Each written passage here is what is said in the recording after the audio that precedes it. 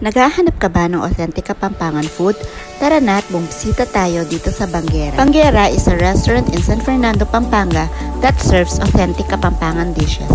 The name Banguera is derived from the Kapampangan word Banguera, which means to spread out or to scatter. It's a traditional wooden dish rack and it's designed to allow dishes and utensils to spread out and air dry evenly. The restaurant menu features a variety of traditional Kapampangan dishes, including inihaw na isda, burong Kapampangan, nilagang talong, and okra. We also tried kilaying Kapampangan, kare-kare with bagoong, swamais at sotanghon. Nagustuhan ko din ang kanilang crispy pata, pork barbecue, grilled pusit, embutido, at ang masarap nilang binagoongan at asadong matwa.